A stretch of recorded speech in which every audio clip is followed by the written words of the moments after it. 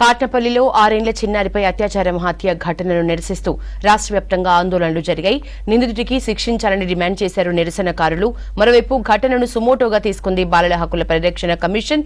బాధ్యులపై చర్యలు తీసుకోవాలని జిల్లా కలెక్టర్ మెజిస్ట్రేట్లను ఆదేశించింది.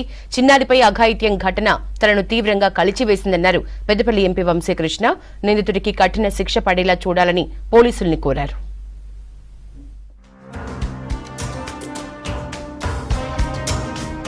పెద్దపల్లి జిల్లా కాట్నపల్లిలో చిన్నారిపై అత్యాచారం హత్య ఘటన రాష్ట్ర వ్యాప్తంగా సంచలనం సృష్టించింది.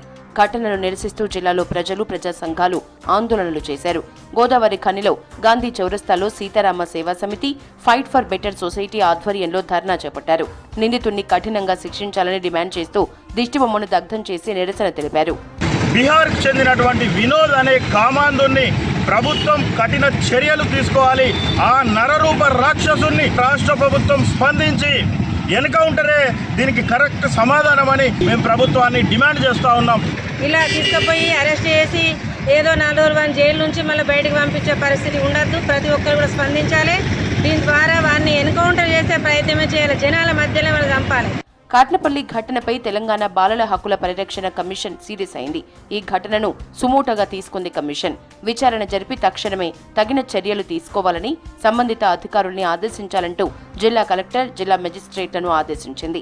వెంటనే విచారణ జరిపి కమిషన్ కు రిపోర్ట్ పంపాలని ఆదేశాలిచ్చింది. ఘటనపై స్పందించారు పెద్దపల్లి ఎంపీ వంశీకృష్ణ. పసిబిడ్డపై అఘాయిత్యం ఘటన అమానుషమన్నారు. 6 ఏళ్ల చిన్నారిపై అఘాయిత్యానికి పాల్పడి హత్య చేసిన ఘటన తనను తీవ్రంగా కలిచివేసిందన్నారు. ఇంత దారుణానికి పాల్పడ్డ మానవ మృగానికి కఠిన శిక్ష పడేలా చూడాలని పోలీసుల్ని కోరారు.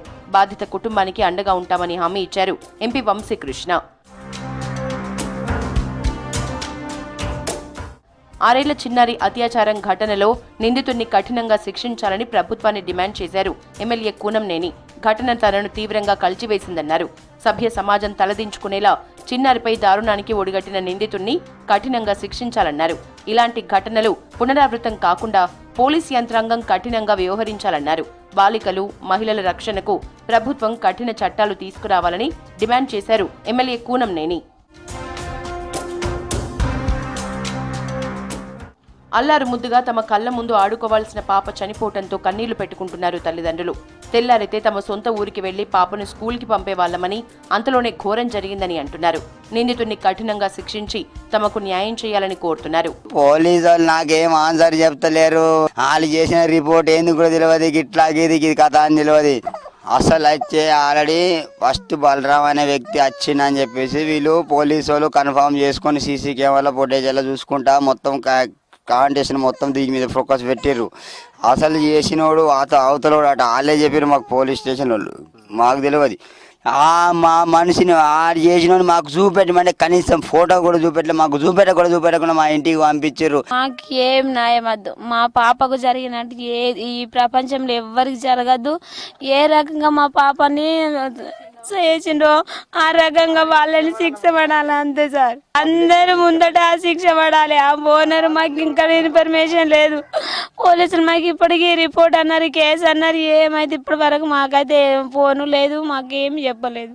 మైనర్ గర్ల్ రేప్ ఘటనపై సమగ్ర దర్యాప్తు చేపట్టాలని ఇప్పటికే డీజీపీని ఆదేశించారు సీఎం రేవంత్. పోక్సో చట్టంతో పాటు కేసు విచారణ వేగవంతం చేసి త్వరగా ఛార్జ్షీట్ దాఖలు చేయాలని సూచించారు. నిందితుడికి కఠిన శిక్ష పడేలా చూడాలని డీజీపీని ఆదేశించారు సీఎం.